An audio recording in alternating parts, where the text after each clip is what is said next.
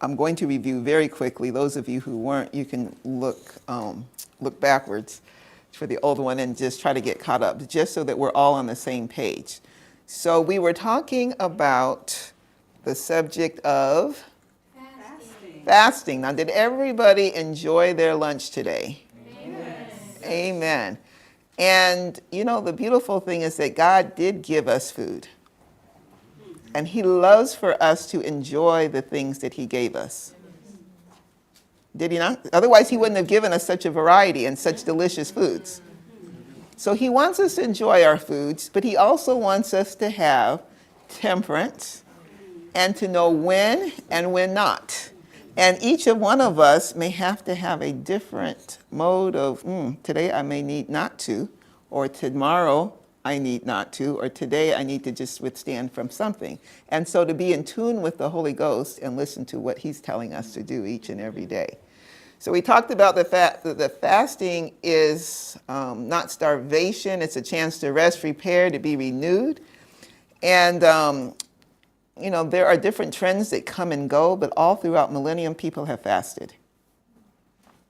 And there's a lot of clarity that comes from fasting. Now, the thing is, there are different forms, and someone cannot dictate. If you didn't get the text, we can look at those, but these are texts that remind us about how food needs to be under the control of the higher brain, okay? And that we are not to be a glutton and to be slaves to our appetite, that we are to eat for strength and not for drunkenness. And just as we sang on our opening song, Seeking the Lost, the whole reason that I eat to have strength is so that I can go. So I can seek the lost. It's not just so I can say, oh, that meal was great. I need strength so that I can impart. So it's not all about me. There's a reason. We're eating for strength and not for drunkenness. Amen. And then we talked a teeny bit about fasting versus starvation. And we actually even looked a little bit at 2 Kings 6 when Elisha was the prophet. And the ladies came to the king and told her how they had eaten her son the day before. And they were coming to eat the other lady's son, and she made her son disappear. And how the head of a donkey, it's like a shekel, and a fourth of a dove's tail, a turtle dove's dung. A turtle dove's dung was like a fourth of a shekel, I believe. So we're talking about supreme hunger. That's starvation. That's not fasting, okay? So a lot of times people have in their mind, if I fast, that's what I'm going to end up like. Okay, so just get that out of your mind. So I need you guys to have the mics. I do want us to review these statements because these are pivotal statements. So if someone can start off reading this first one, please.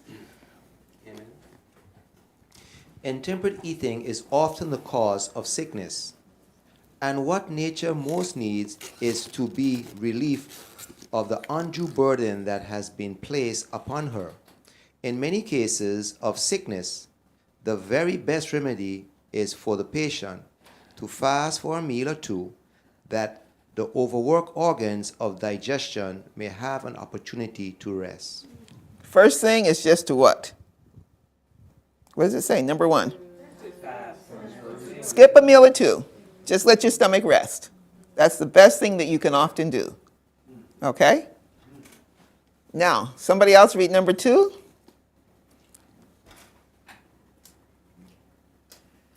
A fruit diet for a few days has often brought great relief to brain workers. Many times, a short period of entire abstinence from food, followed by simple, moderate eating, has led to recovery through nature's own recuperative effort. An abstemious diet for a month or two would convince many sufferers that the path of self-denial is the path to health. Thank you. Okay, so what's number 1? It's just skip a meal or 2. What's number 2? A fruit diet. And most people here I know are brain workers. So just going on a fruit diet for a few days is often very beneficial. Okay, and then number 3. Oh, you had a question. I'm sorry. Okay, what was number 3? Just staying away from food completely for a short period. Now, somebody asked last time, and we talking 40 days and 40 nights. No, that's not what we mean by short period, okay? We are not called to fast for 40 days and 40 nights, okay? So I just want to go ahead and clear that one right now. But a short period of entire abstinence for food, and that's followed by not gorging and say, okay, I did this now, because that's what often happens. Let me catch up. Right, let me catch up. Okay, it's followed by simple. You know, simple is not a lot of food combinations. Simple is just a few dishes, okay, and they're simply prepared. So we're talking about simple and moderate eating. Let me just do, and then number 4. And then number 4, the abstemious diet. That's a nice, plain, simple diet for a month or 2. That's just following a very simple diet for a month or 2. That would help many people. So we have 4 options so far. Sister Catherine. Okay, I have a question. I have a question about the fruit diet. Okay. How do we balance that without a protein in terms of fruit being that which will eventually raise the blood sugar Right. with that? And so, how do we balance that off? very good question. So fruit does raise blood sugar, but not like fruit juices. So the advantage of the fruit is that it does have what? Fiber. And so the fiber can actually be protective. Now, that doesn't mean to splurge on your sweetest fruit, particularly dried fruit. We're talking whole fruit. If a person has a problem with sugar, diabetes, some people can and some people can't. If they have problems with candida, they may need to be careful on the types of fruit that they have. But just the whole point is just let your stomach rest on something that's simple and easy to digest. And then we also talked about last time the principle that melons, because they have so much water, it's melons alone or leave them alone or your stomach will groan. Okay, so you either have your melons alone, you don't have melons with a lot of different things because they're too watery, they digest too fast, and they can cause fermentation if you're mixing it with carbohydrates. If you're mixing them with a lot of protein, you're going to get putrefaction. Okay, so then we're talking about people who have a form of blood alcohol in their Just a teaching. But number 5, let's go on to number 5. Yes. Even for diabetics, It depends on the diabetic, yes. Jerusalem artichoke is a very good. Yes, thank you. Jerusalem artichokes is actually very good for diabetes. And we're growing some, right? Yes, Okay, I thought so. there's quite a bit down there. Praise the Lord. Brother Lucas, would you read number 5, please? There are some who would be benefited more by abstinence from food for a day or 2 every week than by any amount of treatment or medical advice. To fast 1 day a week would be of incalculable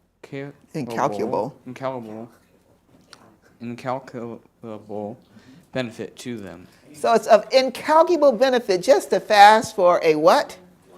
A day or 2. And to be honest, I just love the wisdom that God gave us through his manservant, woman servant. Because I really believe that number 5 is the key for many, many, many situations that I see. But the problem is we like to eat. And we have that, what do they call it? FOMO, fear of missing out. That we're scared of, okay, what did I miss? What did they have? What are you guys serving at the calf? Or what are you serving at your house? And you don't understand what you're gaining. You're so worried about what you're missing. But having a day where your body is actually allowed to reset. Now, we did not at all talk about spiritual fasting and prayer. We alluded to that a little bit, and we talked about in Matthew 17. But just give me some examples. Give me some examples where you know people in the Bible who fasted for spiritual reasons. Okay, Larry? Esther fasted 3 days before going before the king. Esther and right, as well as Mordecai. The Jews were called to fast for the 3 days before she went to the king. Anybody else? Daniel fasted because he wanted to know the answers. When you really want to know something, you take it to the Lord and you fast. Okay? See, the problem is, again, we love our food more than we want what we want sometimes. We think that we want answers, but we want them to come the easy way. David fasted for his son. You remember when after he sinned? He fasted. And then he got up, wiped his face, and they were like, what's going on? And then you have Jehoshaphat fasting. Jehoshaphat fasted when the Assyrians were coming against him.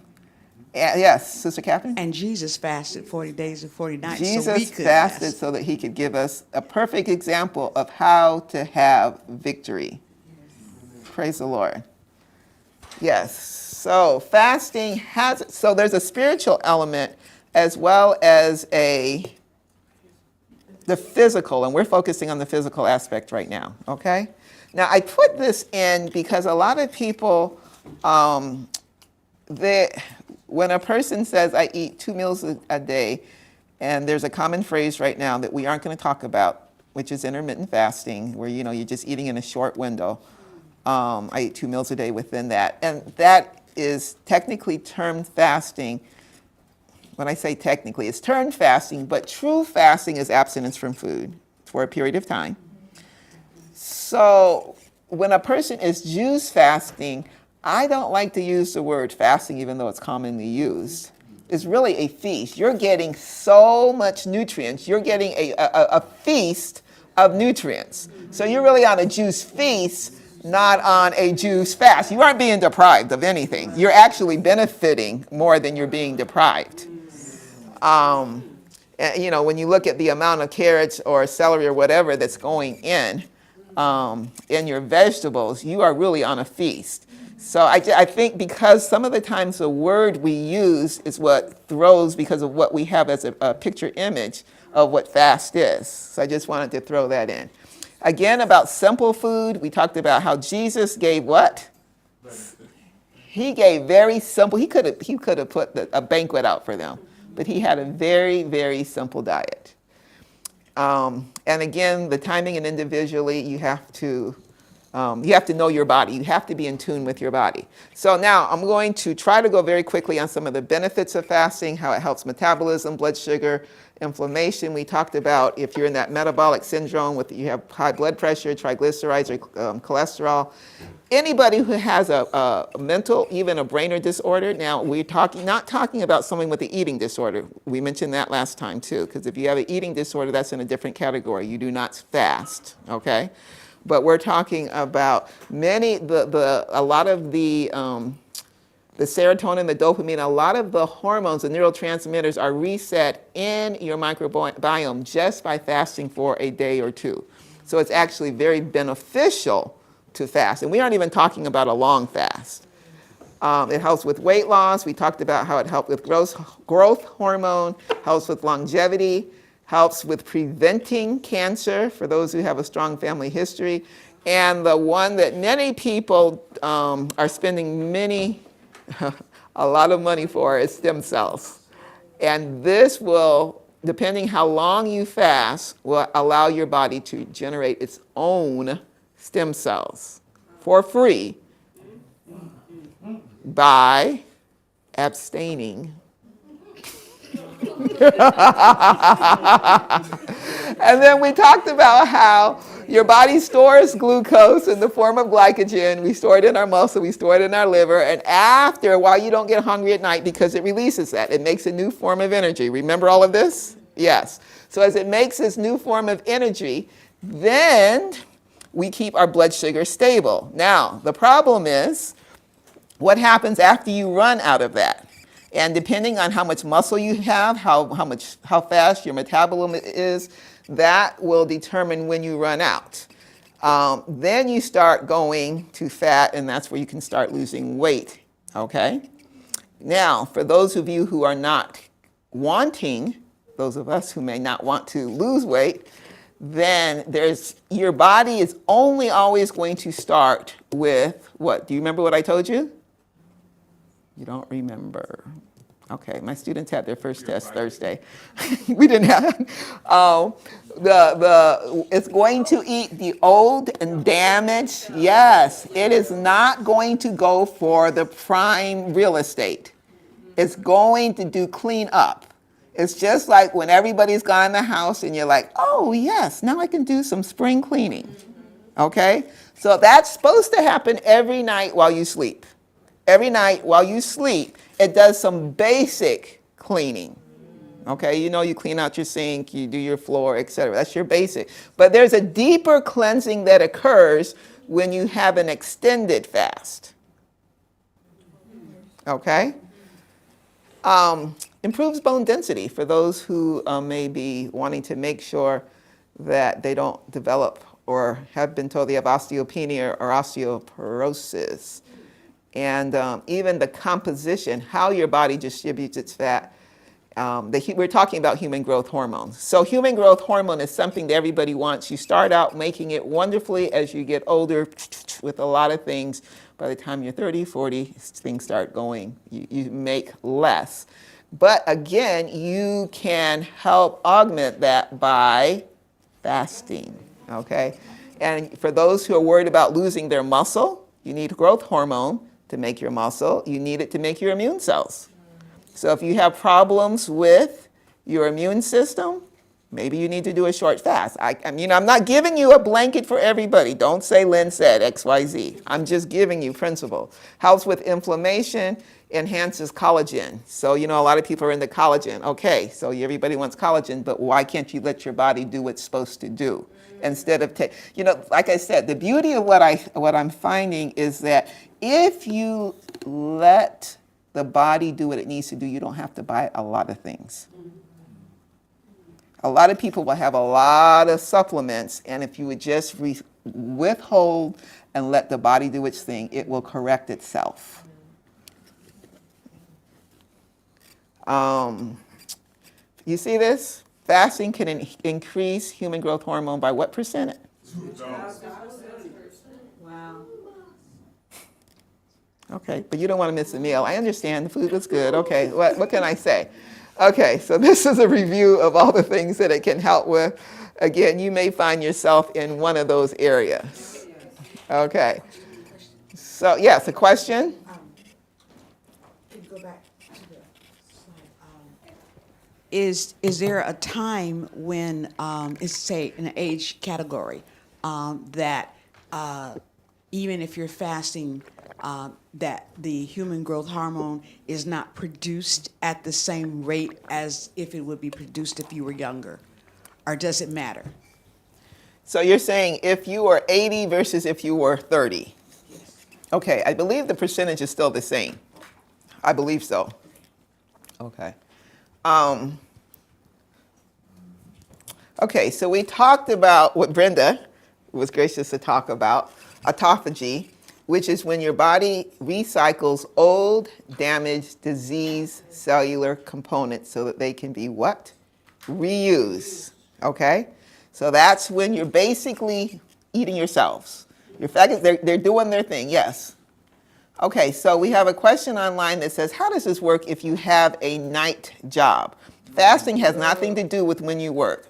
But I will say that I understand many of us have had to, or chosen, we didn't have to, many of us have chosen at different periods of our life to work nights, but it is not ideal, and if you can all get to a day shift, I would encourage you to do that for many other reasons, because the health effects of working nights are real. But fasting has nothing to do with whether you work nights or whether you work day. Either way, you're still not eating, okay?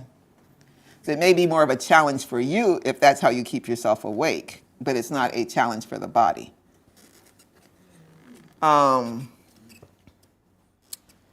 Okay. Now, you see how it helps reverse insulin resistance? And insulin resistance is what occurs before you develop diabetes. And many people, when you're checking their blood sugars or their hemoglobin A1C and it's starting to inch up, that's why you should really know what your numbers are. Don't just say your doctor says, oh, it's okay. Take the time to look at your things. You know, it's your body, it's your blood work, and it's nothing that's that challenging That way you will know, I need to step up my exercise. The last 3 months I did this and this is what happened. So maybe I need to do X, Y, Z. And that way when you get rechecked, then you can kind of see which direction you're going.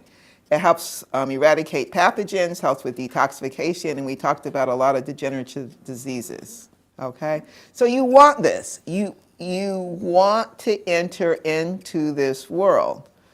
Now, I'm reviewing again because we went over a lot of this last time. And I want to get to where we need to the new part, otherwise we won't finish. So 4 to 6 hours, your stomach is basically empty. We know that. You can start switching into the phase where you're making new energy. And then after 12 hours, no food. Now your digestive system is going to rest. There's no calories, and you start increasing your growth hormone. Okay? That's 12 hours. So you ate, let's say you ate breakfast at 8, and so now we're talking 8 o'clock at night. This is what's going on in your body then. Then your body starts converting fat into glucose, and you keep increasing your growth hormone, and around 16 hours, that's when you're going to start developing that autophagy, okay? So you're going to start eating yourself around 16 hours. So that's why that's why so many people are wanting to do at least a 16-hour fast so that they can get to at least eating some of the old cells that need to go. Brother Cobb. What is the transitory time when you put something in your mouth and when you eliminate? Okay, so that depends on you, and that also depends on what you're eating. So if you're talking something watery like melon, it's going to go through very fast. If you're having some oranges, something that's very citrusy, that will go through very fast. The more combinations you have, if you have fat with it, it's going to delay it. If you don't chew your food, if you drink with your meals, if you lay down after your meals, if you're stressed out while you're eating, if you overeat, all of those things are going to affect. But the average person, after they eat a meal, in 4 to 5 hours, their stomach is empty. And then, which is why you want to wait at least 6 hours so it can have a period of rest, and then get ready for the next meal. Okay, Catherine? Oh. What is your take on a 24-hour fast that includes night hours? So you would not eat after your lunch at, say, 2:30, Okay. and you wouldn't eat again until the next day is 2:30. Do those 9 hours that you're sleeping Yes, that count? still counts as a fast. Yes, it does. But I'm still a firm believer when we are told that breakfast is the most important meal of the day, that breakfast is. Now, breakfast is breaking the fast. And everybody, depending on your stress level, because cortisol will increase when you don't eat often.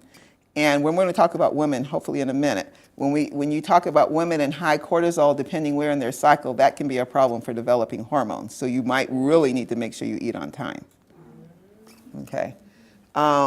Brother Cobb, this is what it was saying. It will depend on how. Now, this is talking about autophagy, but still it's the same thing.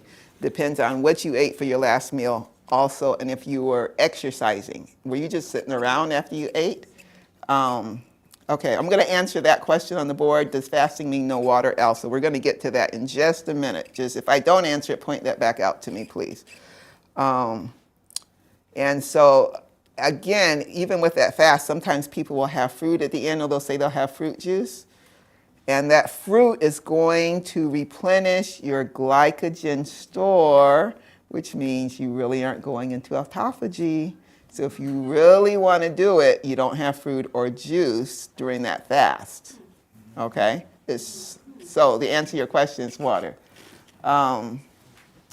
Okay, so Mark, you're asking how does fasting affect the transit time? So when we're talking about the transit time, we're talking about how fast things go through you, and we're going to talk about that also if we can get to where I'm going. So at the 24-hour mark, this is where autophagy really takes off. Elimination ramps up, fat burning's in full swing. The more insulin sensitive a person is, the faster oh my word, I know this word. Lipolysis will be induced. Exercise is critical. Do not be a couch potato. Exercise is critical for its insulin lowering effects. So even if you don't have to go do your marathon, but you still need to move. Okay? Now, after 36 hours, we're talking a skyrocket. Okay, and again, I'm going to skip over this, but everything increases. 48 hours accelerates 30% more. 2 days without food, you get, I didn't finish that one, I'm sorry. Your microbiome is just totally revamped, it's refurbished. And after 3 days of fasting, autophagy can increase what? Five-fold. Amen. Okay. Now it declines with age, and as the rate of autophagy slows, cellular debris begins to accumulate. When you got cellular debris, what happens if you have cellular debris? You tell me. What happens if you're going to have cellular debris in your body? The spleen. No, you're going to get sick eventually. Right, let's go basic. If you have waste in your body and it's not getting out, you're going to eventually end up with something because it's going to accumulate. If you have garbage in your house and you keep letting garbage come in your house and garbage, more garbage and more garbage and more garbage, you're going to get mice and rats and roaches and whatever you call it. Okay, it's going to be the same thing. And then you wonder, how in the world did I get candida? How did I get parasites? How did I get this? How did I get that? But you let debris accumulate in your body because you have a fear of missing out on what everybody else ate. Okay, so who should not fast? Now, everyone should not fast, okay? So, yes, if you have an eating disorder, please do not even think about it. You need to just get on a good, regular eating program. And there are people who will help you with that. Just one sec, Larry. If you're pregnant or if you're nursing, you definitely don't fast, okay? If a young child, you aren't fasting children, okay? If a person is even some other medical conditions, you may need to, but definitely type 1 diabetics, and I've seen some people who have gout, who because the uric acid, all of that was so high and it wasn't getting flushed out enough that it actually had them become hospitalized. So you really, you have to be under supervision. It doesn't have to be in the hospital. You need to have someone who knows what to check for. And extreme athletes, because if you're doing, your marathons or some great workouts, this is not the time to be fasting. And if you're on certain medications, you need to check with your pharmacist, your doctor, whoever, and just see, is it okay with your medications? Now, I put this in about for those who are diabetics as far as fasting. There was a study done, and this is an old study, but I've seen it even here. So those who have poorly controlled obese adult onset diabetes, okay, so we aren't talking about the diabetics who develop diabetes and have to be on insulin all their life, okay, this is lifestyle medicine. Some of them were taking up to 100 units of insulin a day. They admitted them with their blood sugar still 300 to 500, which is high, okay, they admitted them, they stopped their insulin, they put them on water fast for 5 days. They checked their blood sugars regularly, and I actually had to put this in because I used to work at Grady. So when I saw that, I was like, oh, okay. Within 3 to 5 days, their blood sugars returned to normal. Just with fasting. Again, you don't understand what's happening in the microbiome. In that microbiome, you're resetting the bacteria which allow the body to do what it needs to do for your blood sugar. Larry, you had a question. Earlier, so with the eating disorder, if you are recovering or recovered, I should say, from an anorexia.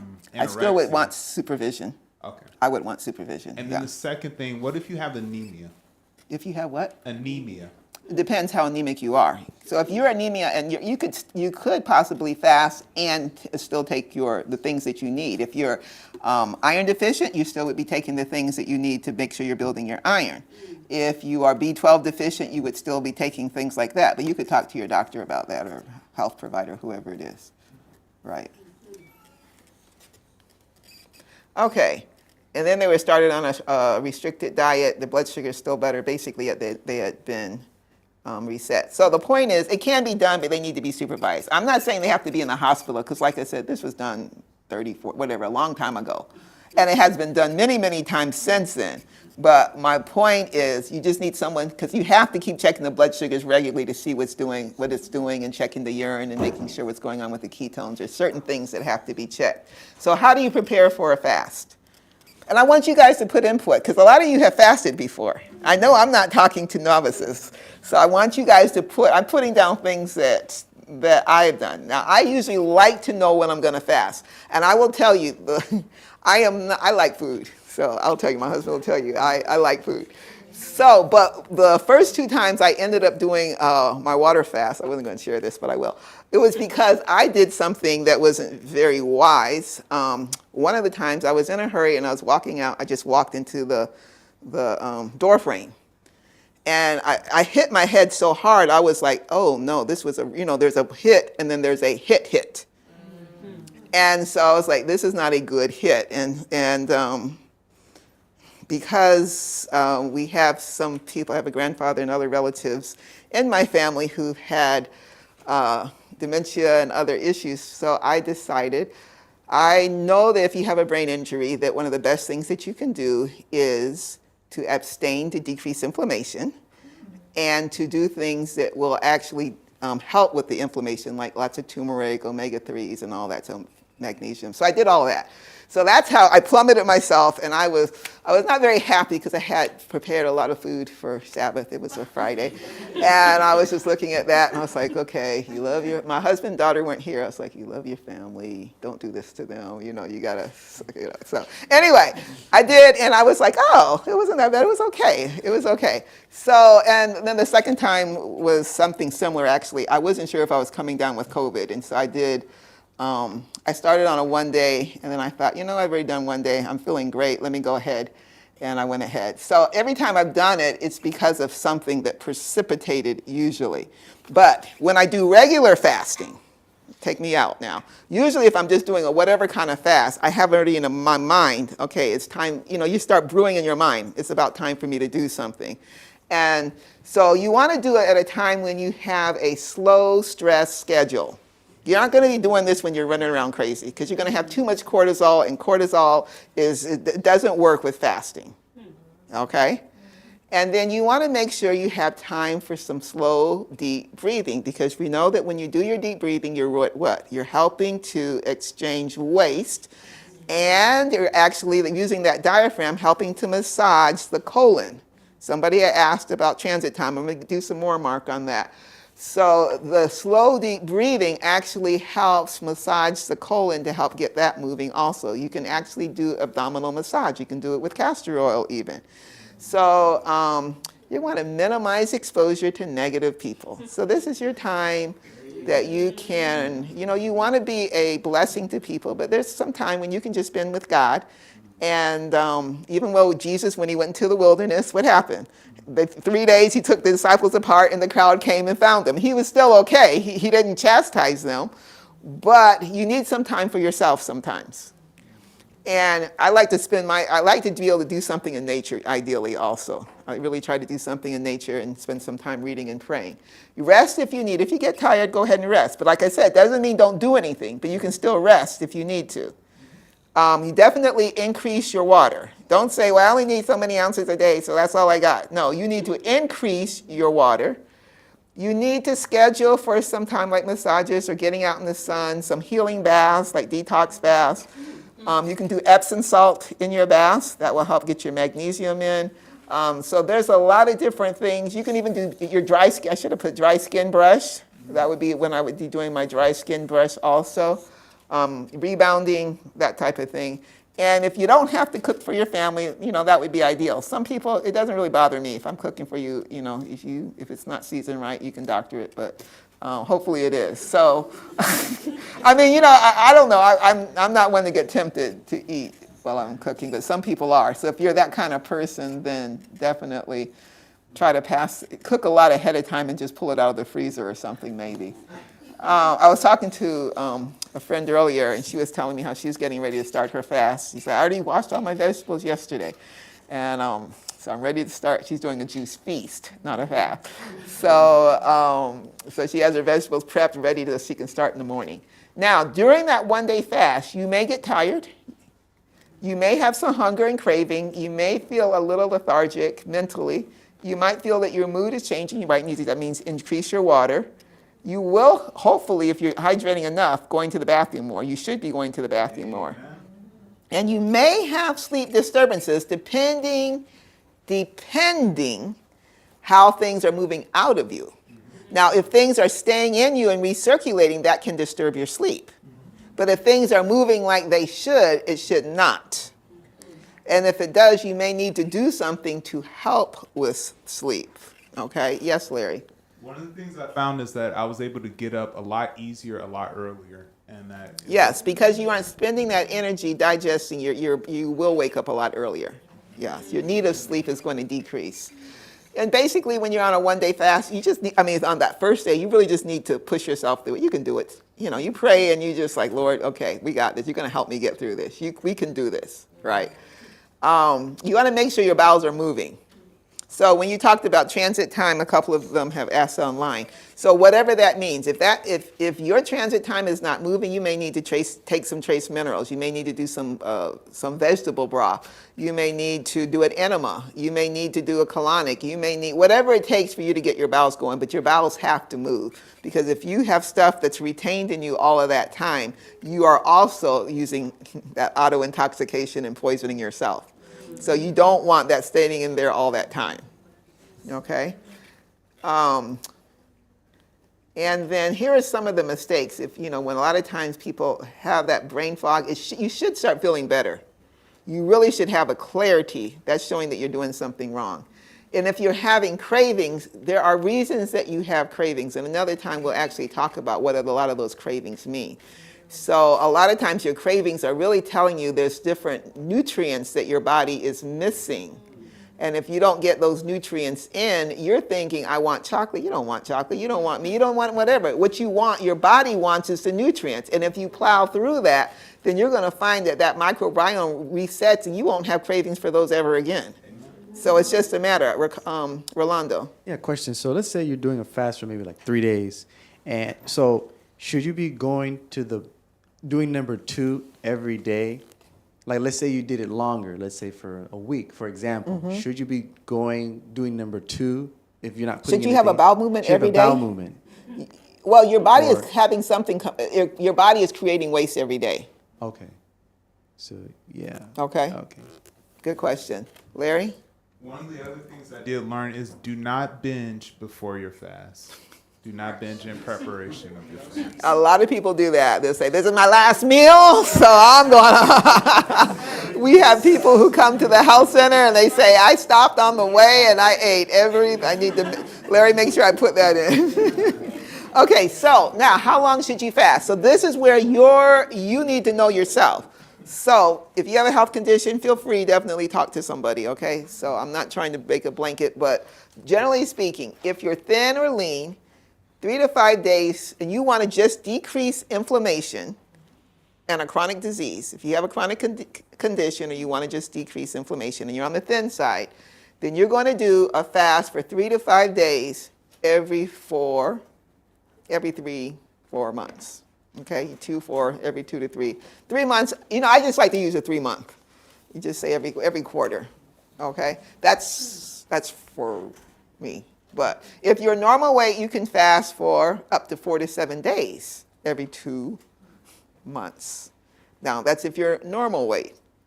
Okay, and I'm not telling you have to do it because you have to listen to your body and your circumstances. I'm just saying these are guidelines. Okay, now if you're overweight, you can actually fast a lot longer because you have a reserve that your body will remove. But again, you need to be wise with this. So when you're eating, you don't want to just be eating and say, okay, now I can eat. Where's the Lay's? Where's the Ritz? Where's the Domino? We're talking about getting nutrients. And even prior to the fast, sometimes it's very good to start off with a couple of days of raw first, to prepare your body, get those bowels really moving nicely. Then you may transition to a couple of days of juice feast, and then you're really feeding those cells, and then you transition into your water, and then we're going to talk about breaking it. So you don't have to just all of a sudden, I'm eating, okay, now I'm water. But again, remember the 5 ones that Sister White gave us. And I told you one of my favorites is that number 5, where 1 day a week, 1 or 2 days a week, you just simply abstain for food. And to me, that's the easiest thing for many people just to start with. Just skip a day once a week. Okay, so if you are in the reproductive age, so you're having a regular cycle, okay? So if that's the case, your day 1 is the first day you start your cycle. For the first 10 days, you can fast, or from the day 17 to 21. And I don't want to just go into all the details because it would take a lot of time, but we're talking about, a lot of it has to do with what's going on with your hormones. On day 14 is when you would ovulate, where you could get pregnant. You don't want to be fasting when a person could be pregnant, okay? So that's why we're saying here. And then afterwards, after you ovulate, there's a short window when you could fast, and that is because that's when progesterone is increasing. And progesterone, for those who are over 40, as a woman gets over 40 and her progesterone level starts dropping, that can be more of a problem. So they have to just really listen to the woman, to their body. So the thing with progesterone, signs of low progesterone is when a person might have moody, anxiety, maybe a little depression. They may have tendency to fibroids or thyroid issues. They may, their menses might be irregular. I'm not trying to, there's other things that can cause, but these are general things that can, hair falling out, sleep disturbances.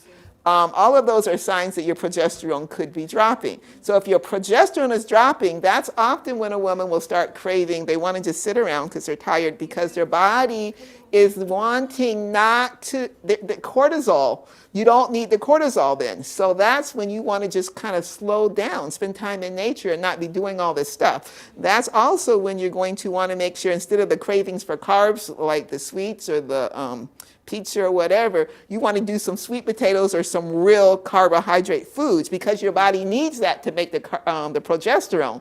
But we misinterpret what it's saying, and we're providing what we think it needs. And then the same thing, it needs magnesium. So instead of getting a nice good bowl of greens, we want chocolate or whatever that has, okay? So it's trying to make sure you're getting nutritious carbs, that you aren't doing too much, and that you are getting your magnesium during that time. So that's why you don't want to be fasting during those areas, okay? So it's a little bit different from women. Men can do it anytime because their testosterone comes out every 24 hours. They're just there. So they can fast any day of the week, any month, or whatever. It really doesn't matter for a man. Now, when a woman reaches menopause, it kind of just depends. So she really is almost like back to a man, where she could do it whenever, basically. But the whole point still is to listen to your body. And this is just showing how progesterone decreases as you age. Now, if you've had a high stress life and you've had a lot of cortisol, that progesterone, I can tell you, is dropping a lot faster and a lot earlier. And, just depending on how you supply things will tell you how fast your progesterone is gone. So, okay, fasting mistakes. So using binders. So whether you want to use some kind of clay, whether you want to use some charcoal tablets or something to help those toxins that are being released not to be recirculated, because you might get headaches otherwise, joint pain, skin rashes, breakouts, being just plain irritable, and everybody's at your house like, get off this fast, insomnia and fatigue. So yeah, those are some of the fasting mistakes. And so these are the things I said you can do to help step it up. Yes, if you can get some sweating in, all of these types of things. Okay. And then now, these are signs that you may need some electrolytes. So having a pinch of salt may be needed. And if your heart is starting to beat weird, that's a sign that your electrolytes are probably off. You may, vegetable broth is fine. We're talking broth. We're taking the vegetables and drinking the broth, the liquid, not with fat and all that. We're talking broth, okay? So that can be helpful. Anxiety and trouble sleeping, muscle spasms, digestive issues. All of these are signs that you could have an electrolyte imbalance. Yes? So what about lemon juice or salt? Would that help with the electrolyte? It could, yes. Mm-hmm. Okay, now, yes. What about just taking those things? Yes, you can. Yes. So, a lot of people are saying, okay, if I'm taking something, isn't that interfering with the fast? So there's a difference between, most of the nutrients have no calories. So the whole point is you want to stay under 100 calories so that your body is still in that phase of cleaning. Once you provide nutrition, particularly fructose, then you got a problem. Okay? So yes. Should I break my fast early? And I'm talking, when I say strong hunger, I'm talking about strong. When Jesus broke his fast, he was what? The Bible says. He was an hungered. There was a difference. He had been hungry along. All the time they just hit. There is a difference. You can be hungry and go through your fast. So that's when I say a strong hunger, there's a difference. Like I said, if your heart is doing some things, you need to go ahead and start eating, or all of these, any of these things. If you can't get out of bed, obviously you're doing something wrong. Okay. Yes, ma'am. Can we pass the mic to the back, please? Is it true that the little tiny limes are better than lemon? Okay. No. The limes actually are very beneficial. And I would say it depends where you are.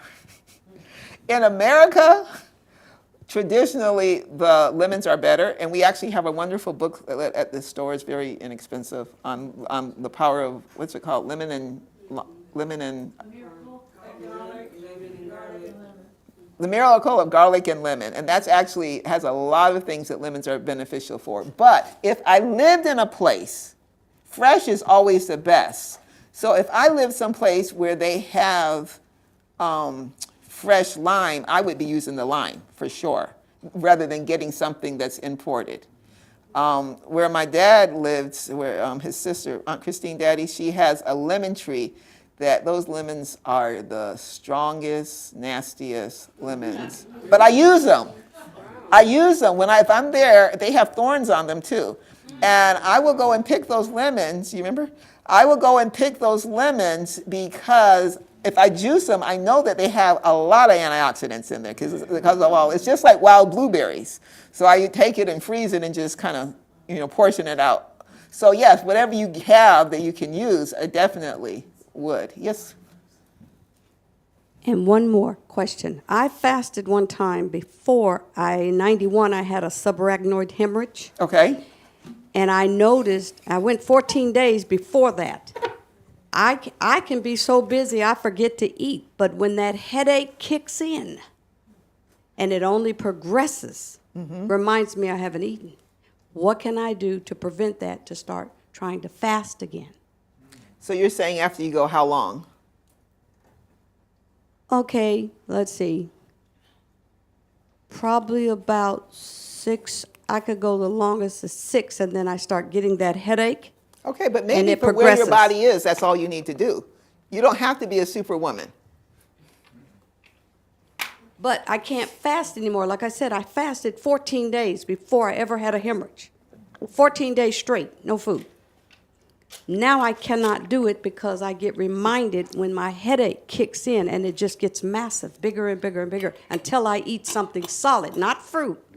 It says I want something solid. But I would take that as a warning, and I'll go back to the basic counsel that the Spirit of Prophecy gave, and I would use that. Until your body is at the point where it's healing and able to do more, I wouldn't push through it personally. There are a couple of things. I don't know if you've already covered them, but often if we have a lot of sugar intake, whether that's Yes. processed or natural sugar, that will cause a headache when you fast. That's number one. Number two, I did a 10-day fast once. I've done 7 days and all that, but I remember my 10-day fast. I was joining a group, came into a meeting, and they said, "Oh, you're just in time. We're going to be fasting starting tomorrow." I'm like, what? I wasn't prepared, but I wanted to be a part of that fast. I went on the fast, and they passed out a handout. I didn't read the handout because I was so busy running around trying to get the first part of the fruit, the next part, the juice, and then on to water. And I was waiting, counting down the hours to eat. And I knew I should come down with fruit. Okay. I made fruit, but then I made a cashew cream sauce, which was nuts. Okay? Which was nuts. And because of that protein, after not eating for 10 days, I thought my heart was going to pound out of my chest. I thought I was going to die. And I called my friend who went on the fast, who initiated the fast with the group. She said, "You didn't eat protein, did you?" I went, "No, I ate fruit." I said, "I put nut sauce on the fruit." She says, "Let's pray." She said, because I could not catch my breath. It was that bad. And I said that because the sister said that every time she starts to fast again, she's reminded with the headache, of the problem that she had. It was years after that. If I tried to fast a half day, that whole heart thing would come back. The pounding of the heart, feeling like I was going to pass out, just the thought of fasting again. But I can say, praying my way through, timing it out, fasting a little bit more each time, and so I could build up at least to my 1 to 2 days a week, it went away. But that is not uncommon for when you've had a traumatic experience Right. of something you know about that was in your But diet. see, I don't know for her him to- history. I don't know anything about this subarachnoid hemorrhage, where she is now and all. So Yes. I'm just, yeah. Yes, okay, all right. Okay, should I break my fast earlier? We talked about this. Let's go on. Common fasting mistakes. Too aggressive of a fast too quickly, feeling deprived, not enough water, not enough salt, getting stressed, all the things we already talked about. Okay, breaking a fast. Now, so for every 2 to 3 day of fasting, you're going to need to add a recovery day. Okay, so when we're talking about a 10-day water fast, you're talking at least a 3 to 4 day recovery. Okay? And then during the recovery day, you're eating soups and broths for a day, adding smoothie and small meals with raw or steamed vegetables the next. This can be continued if indicated, and depends on how many days that you ate. And then you're definitely not having any sweet fruit. You are not using nuts and seeds, and then they need to be blended initially.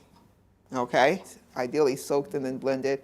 After your body gives you the green light, meaning you don't have any gas, you don't have any bloating, you don't have any reflux, then you start adding whole nuts and seeds, and then some starches, legumes after.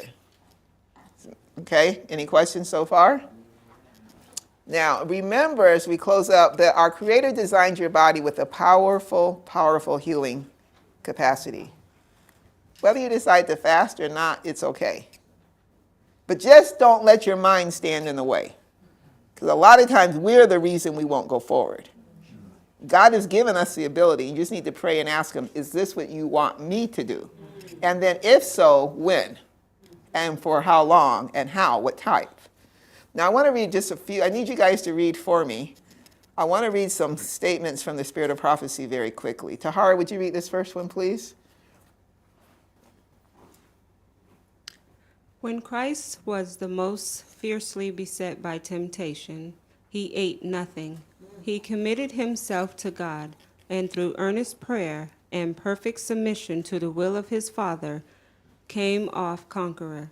Those who profess the truth for these last days, above every other class of professed Christians, should imitate the great exemplar in prayer. Mario?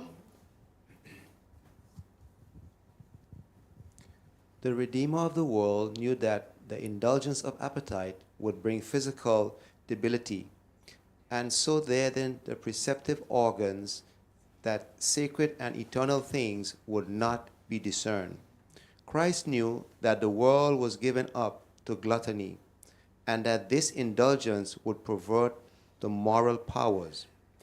If the indulgence of appetite was so strong upon the race that in order to break its power, the divine Son of God, in behalf of man, was required to fast nearly 6 weeks. What a work is before the Christian in order that he may overcome even as Christ overcame. The strength of the temptation to indulge perverted appetite can be measured only by the inexpressible anguish of Christ in that long fast in the wilderness. If you would pass it back to your sisters.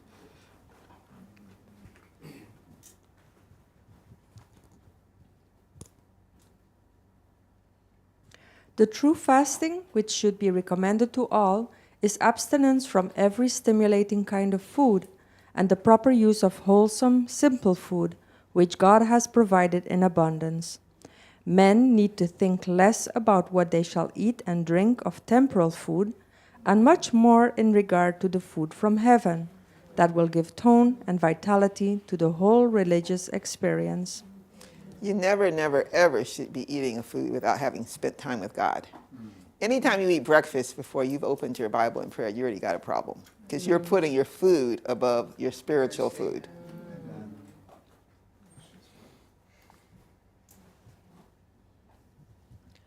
Now and onward to the close of time, the people of God should be more earnest, more wide awake, not trusting in their own wisdom, but in the wisdom of their leader.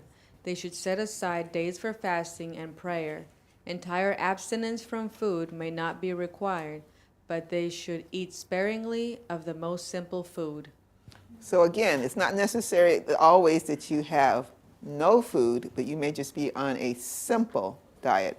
Marilyn, you okay reading or no? Do we need to pass it over on this side? Person who have indulged their appetite to eat freely of meat, highly seasoned, gravies, and various kinds of rich cakes and preserves, cannot immediately release a plain, wholesome, relish a plain, wholesome, and nutritious diet. Their taste is so perverted that they have no appetite for a wholesome diet of fruits, plain bread, and vegetables. They need not expect to relish at first food so different from that which they have been indulging themselves to eat. If they cannot at first enjoy plain food, they should fast until they can. That fast will prove to them of greater benefits than medicine. For the abused stomach will find that rest which it has long needed, and real hunger can be satisfied with a plain diet. It will take time for the taste to recover from the abuses which it has received, and to gain its natural tone. But perseverance in the self-denying course of eating and drinking will soon make plain, wholesome food plentiful, and it will soon be eaten with greater satisfaction than the epicure enjoy over his rich danities, heart, and will to God. So just by eating simple food, when you fast and you go back to plain, simple food, if you eat a plain baked potato, I've told you before, it's delicious. Once you start adding things to it, and then you start realizing you're not eating the potato, you really aren't. You're eating all the stuff that's on it. And after you come by a fast, that's why children, if they haven't been given all of that, they love plain things. It's once we pervert them and they see mommy and daddy doing this and so doing this, and then they want to try and their taste buds get changed. Now, by the way, you have until 3 to set a child's taste buds. After 3, they're set. And you can play with them and try to cajole them, et cetera, but that's why, when the spirit of prophecy is so clear about the first 3 years, the first 7 years. I mean, there are principles that we know. I don't know who has Trisha. You have it?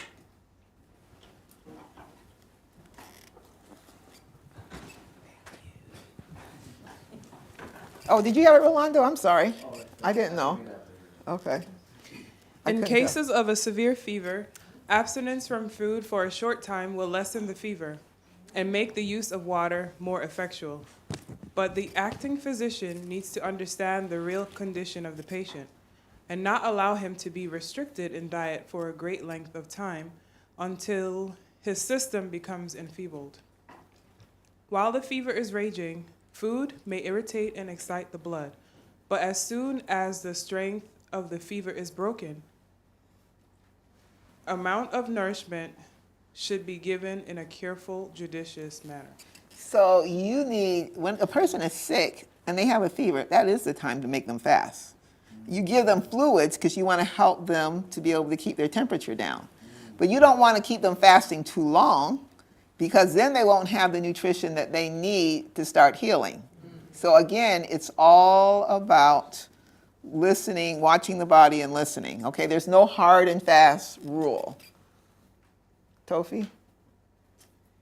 If food is withheld too long, the stomach's craving for it will create fever, which will be relieved by a proper allowance of food of a right quality.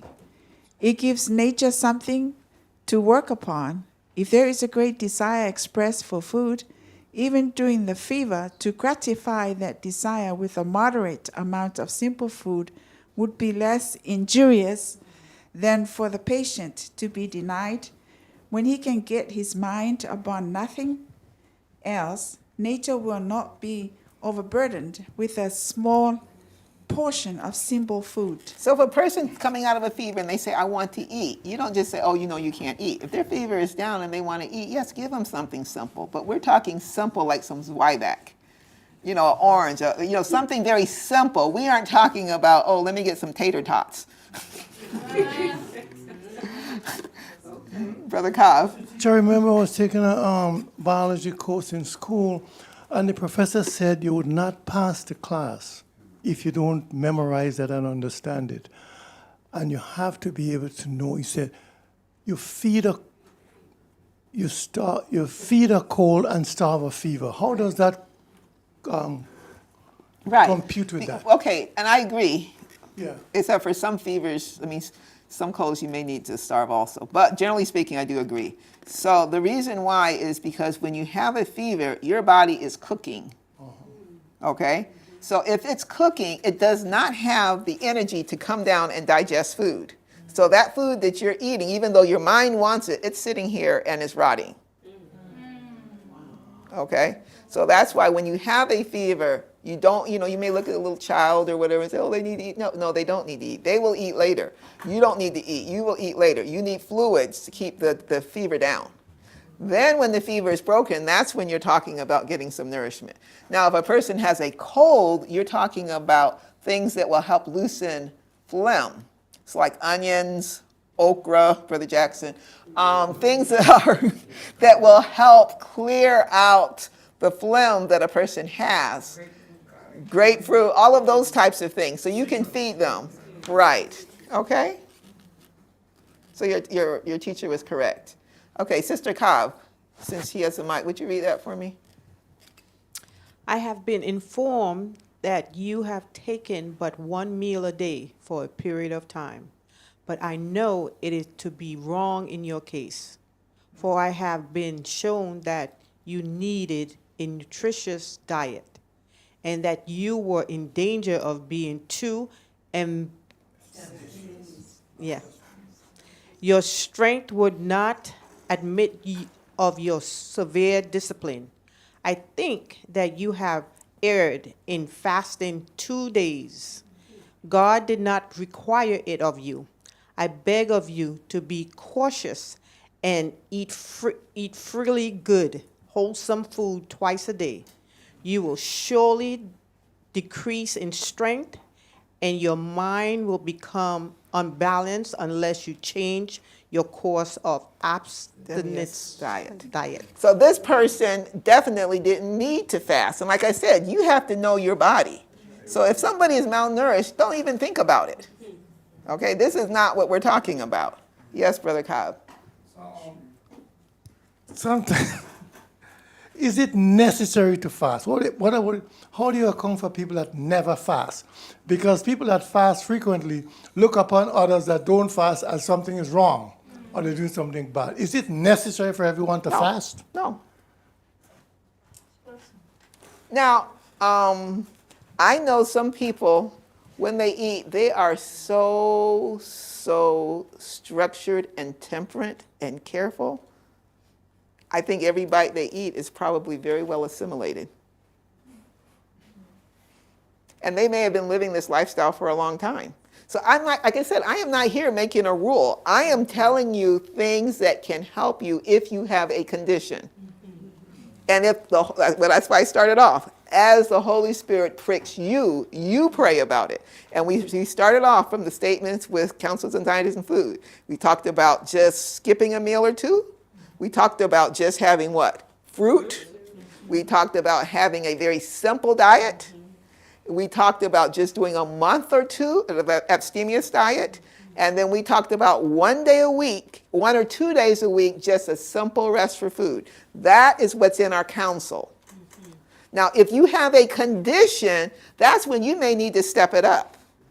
And some of you know what you're facing and what you need to do. So I am not here making a rule.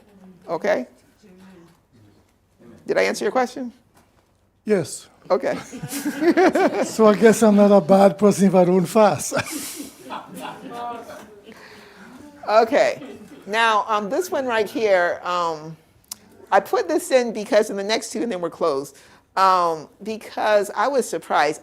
Because of what the Bible had said about Sabbath and fasting, I just thought that fasting on Sabbath, when people say they're fasting on Sabbath, I'm like, why are you doing that? To me, it just reminded me in Great Controversy when it talked about how they would make the Sabbath a day of drudgery, and so you're fasting, and then Sunday was a day of feasting, so that people started dreading Sabbath. And so I thought, well, you should never fast on Sabbath. And then I ran across these two, and I was like, oh, okay, don't be so close. And I'm not saying you need to fast on Sabbath. And I know some people do because they say that they have more clarity. And I know a lot of people will fast from breakfast on Sabbath because they say they appreciate the message more. So as God leads you, I'm not here again. I'm just sharing what I found. Yes. Somebody pass the mic to Mario. And the other one passed to Sister Margaret, so she can read this for me, please. Sister Lynn, based on what you just said, also, some people could probably be fasting on Sabbath because one of the statements says that God is more willing to answer prayers on Sabbath. Yes, it's a spiritual fast. Yes. Right, that's a very good thought. Thank you. Okay, Margaret, would you read this, please? Our brethren would receive a blessing in dispensing with or deferring one meal of the day, if necessary, in order that an hour or more might be devoted to testimony meeting. We used often to make the Sabbath a day of fasting and prayer, and we were greatly blessed in our worship. Okay, and then Sister Kathy, do you want to read the next one? Just hold it up. Sabbath next will be a special day of fasting and prayer and earnest labor for me, and I shall trust in God, who is my helper and my God, for strength. So, yes, so there were examples of fasting even on Sabbath. Okay, and lastly, Bonnie. Again, Satan sees the Lord's servants burdened because of the spiritual darkness that enshrouds the people. He hears their earnest prayers for divine grace and power to break the spell of indifference, carelessness, and indolence. Then, with renewed zeal, he plies his arts. He tempts men to the indulgence of appetite or to some other form of self-gratification, and thus benumbs their sensibilities so that they fail to hear the very things which they most need to learn. We want to make sure that we hear what God has for us to hear.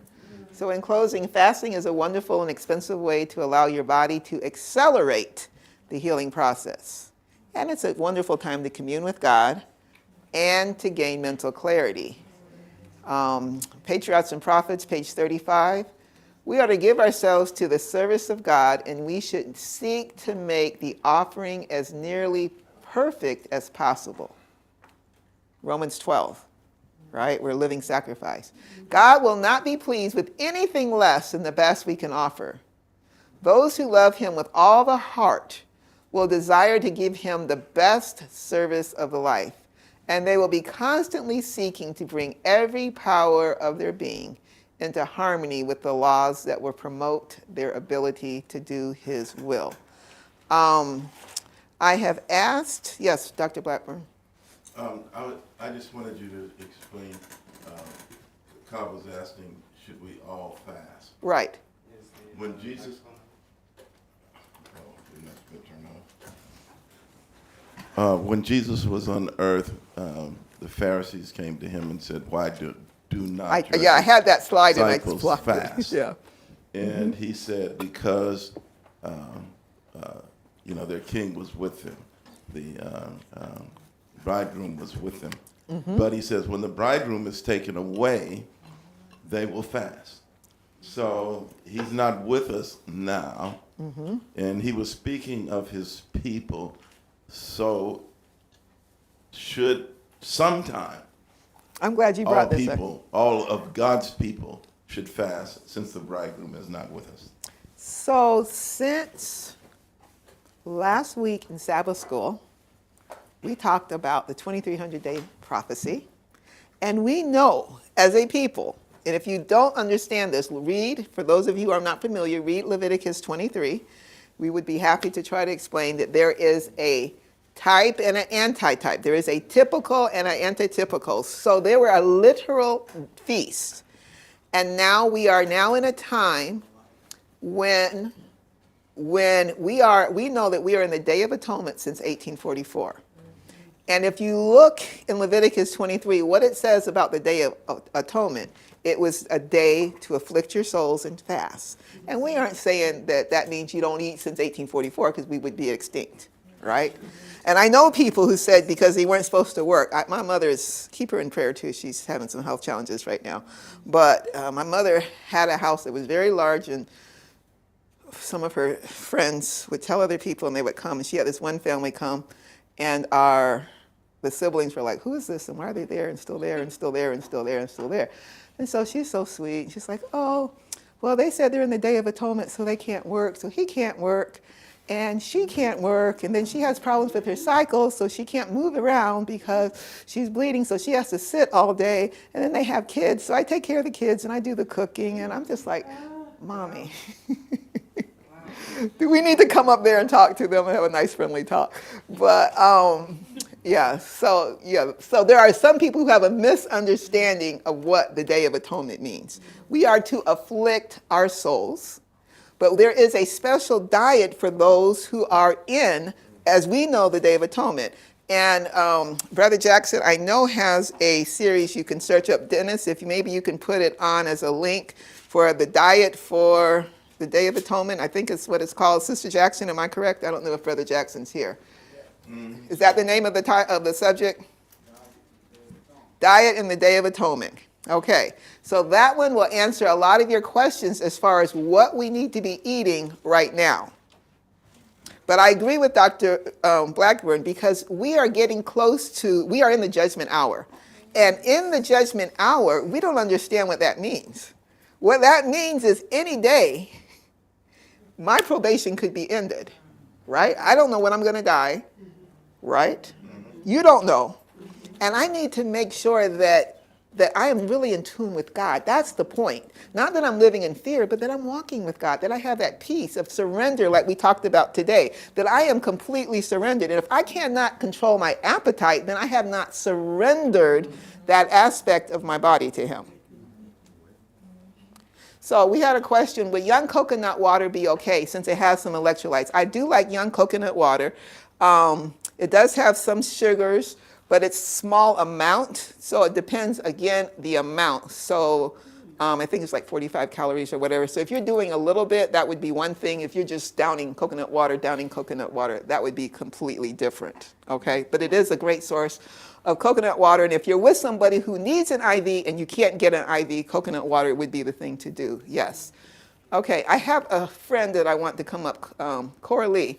So Cora Lee is a worker at the health center. And I want to say also, so I asked her to come just to share a minute as far as how we break our juice feast at the health center, and that's with grapefruit. And the reason why, because grapefruit is actually very watery, and she's going to show you how to do it so that we're getting the pectin, which is actually very nutritious, because most people, I grew up, Daddy, how'd you teach me to eat grapefruit? Now, he doesn't eat his like this now, but I do remember when we used to eat grapefruit, we cut it in half. I probably came from my mother, because my mother had the sweet, well, both of them had sweet tooth. But we cut it out, we cube out the little wedges, put a teaspoon of sugar on it, and yeah, it was good. So that was when I was a little girl. Now he peels it like an orange, And she's showing you actually how how the guests eat their grapefruit, which is the best way to eat grapefruit, so that you're getting the whole thing. Now, if you're getting an organic, you can do it even thinner. Oh, you have a mic. Okay, you need me to hold it for you. And I also want her to share, because Coralie was sharing with me her testimony about a cleanse that she did about 2 weeks? How many weeks ago? Yeah, about 2 weeks ago. About 2 weeks ago. So she's going to share that also. Now, I want you to know I have there's another person here. I was doing a short fast this week, which was not planned. And my sister Trish came through, because I called her and I said, Trish, I haven't had time to do anything. Can you help me? And I knew that she had at her house a seeded watermelon. And I was like, where did you get a seeded watermelon? And you didn't tell me, and all that. So Trish told me that she took the watermelon, she took the watermelon, thinly peeled it, correct me if I'm wrong. She cut it into wedges, put it in the blender, added ginger and lemons, or lemon juice, and lemons, and blended it. And that was so refreshing as a pickup, because as you transitioned out, it gave you a little bit of the electrolytes and a little bit of the sweet, as well as the ginger to keep your blood moving, and then the lemon. So definitely a great idea. I was glad that she was gracious enough to share that with me. And Coralie, you're trying to decide whether to tell your story or to cut. Which one you want me to do? Well, okay. Why don't you tell your story, and then, Trish, you don't mind? You can cut. I don't cut. I'll tell you, I'm not a cutter. Yeah, and that way you can just hold it. All right. Okay. I'm putting Trish on the spot. Thank you. Yes, so on my side, it has been a very, very nice experience. I didn't plan to do it. We mentioned that sometimes it's good to get prepared, but for me, it was just someone else sharing about her testimony going through a 10 days fasting. And I just kept it in my mind, not something that I really wanted to do. But somehow I was during my break time, and I said, okay, why not fasting? I'm resting anyway, and I did 1 day and 2 days and finally 3 days. And as it was going well, I said, okay, why not one more? And finally, God led me to do even 7 days fasting.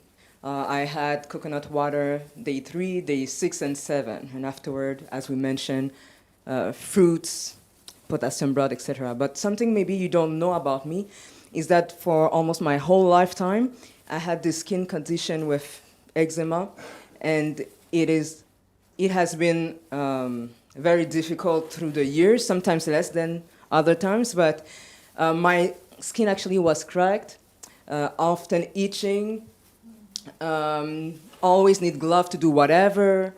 It was just difficult. And being younger, I had so many people coming to me, you should do this, you should do that. So I've tried this and I've tried that, but it has been worse, it has been worse and worse and whatever. So sometimes a little bit better, sometimes whatever. So yes, knowing about God's plan, it has been helpful for sure, definitely. But something that I need to mention is that God blessed me through those fasting days. I learned about temperance, about to say no, even though I would like to eat something, learning to trust more the Lord, learning to say, okay, I'm hungry, but what should I do to, pass over it? I drank more water because each time I was hungry, I said, okay, let me drink a little bit more. So all this to say that I've been able to trust the Lord a bit more, count on Him, persevere, and hold on His blessing. I remember I did pray a few months ago. I was telling the Lord, Lord, you know what? About this eczema, finally, I'm so used to it, I don't care no more that much.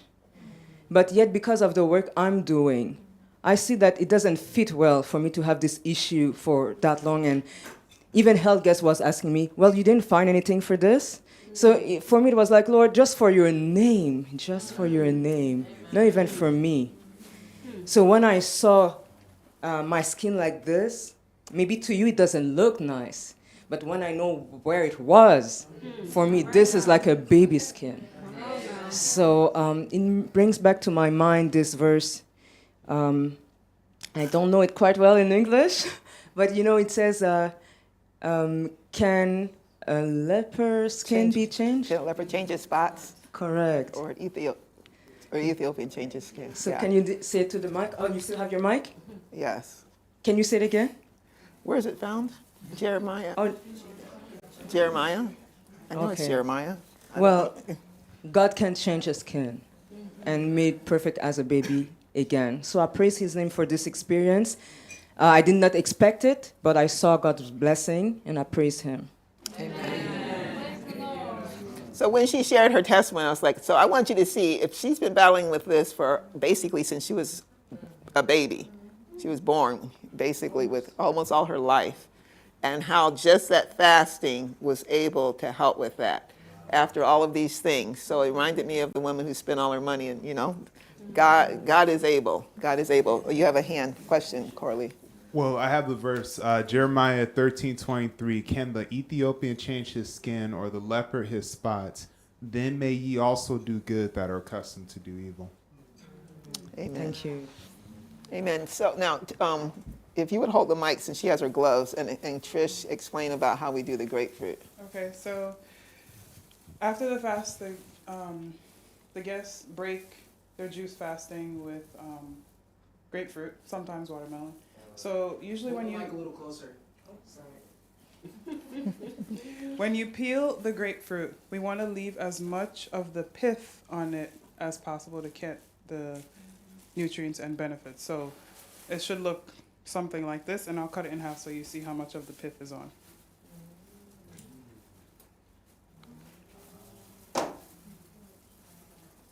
Okay, so you see it's pretty thick, and you're eating all of this. You're not just eating the inside. So it might be slightly bitter, but it's greatly beneficial for you. And when you buy modified citrus pectin, that's what they're actually doing. They're taking the white part of citrus and they're processing it a certain way. And they're selling it to you so that you can help lower your cholesterol and help pull heavy metals and, you know, many things. But you have it right there and we throw it away. So again, it's just retraining and using the things that God has given us. Okay, I think, no, okay. So what is that, Sister Lynn? Modified citrus pectin? Oh, okay, so that's a supplement you can buy, but it's made from the white part of the lemon, the lime, you know, any citrus. Yeah, I said that about heavy metal and cholesterol. Okay, so let's go ahead and close out. Again, thank you guys for your attention. I know we went a little bit longer, but some people don't drink water on a fast. Is that safe? No, that's foolish, in my opinion. I don't want to call you a fool, but you need to drink. Yeah. I mean, you need to drink. You need to be hydrated. Right. Your kidneys will fail. I mean, yeah, it's just, no. Dry fasting is not what we're talking about at all. Okay? They call it dry, D-R-Y, dry fasting. That means no water. No water. It's just kill yourself. Okay, let's close out with prayer, and then I just want you guys to share with each other as well as me some of the things that you've learned through your different fasting experiences, because I know many of you have fasted. Just real quick, how many people have fasted for at least a day? Fast every 1 day. Okay, so we have a couple people who've never fasted. Okay. And that's why then when people ask their question, okay, we won't call on their names, so Brother Cobb. But you and my dad are friends, okay? You and my father are very good friends. It's okay. Oh, I didn't see it. No, I didn't see your hand. I'm sorry. I know my dad is not at all interested, and I'm okay. You know, that's not even my issue with him. Well, it takes sweet cravings away. Well, fasting, when you reset your microbiome, Frankie, it can reset the cravings so that you don't have them. But again, it's what is causing the cravings. So lemon is often very useful to help counter the craving. So putting lemon in water can also help when you have a craving.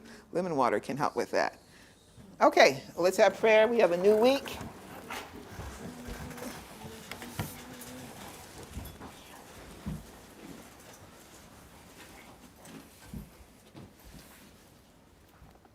Dear Heavenly Father, Lord, we do thank you for the wonderful different foods that you have given us, for the taste buds that we have so that we can enjoy, everyone having delight in different foods at different times. So we just thank you for variety and for giving us the appreciation. We're also thankful that you have given us a power to choose.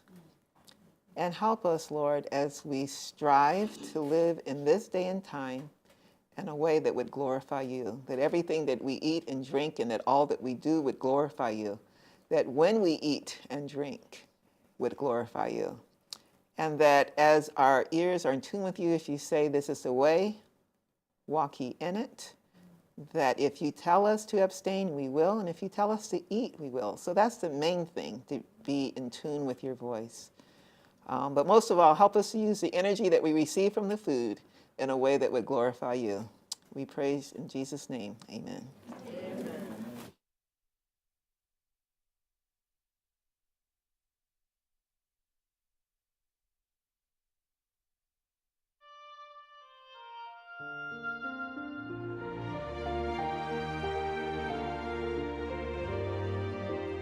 If thou wilt diligently hearken to the voice of the Lord thy God, and wilt do that which is right in his sight, and wilt give ear to his commandments, and keep all his statutes, and keep all his statutes,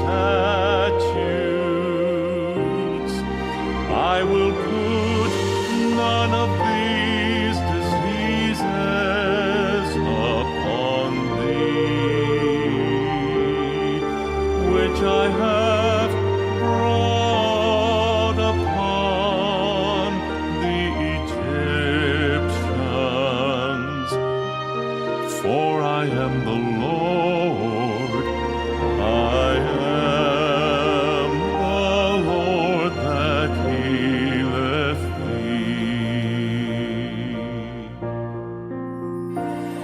If thou wilt diligently hearken to the voice of the Lord thy God, and wilt do that which is right in his sight, and wilt give ear to his commandments, and keep all his statutes, and keep all his statutes,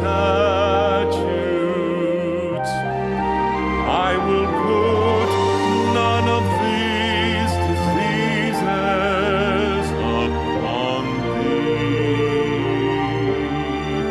which I have brought upon the Egyptians.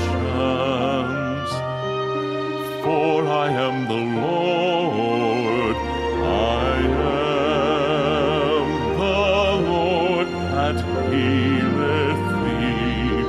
For I am the Lord, I am the Lord that healeth thee. Exodus 15, verse 26, the Lord that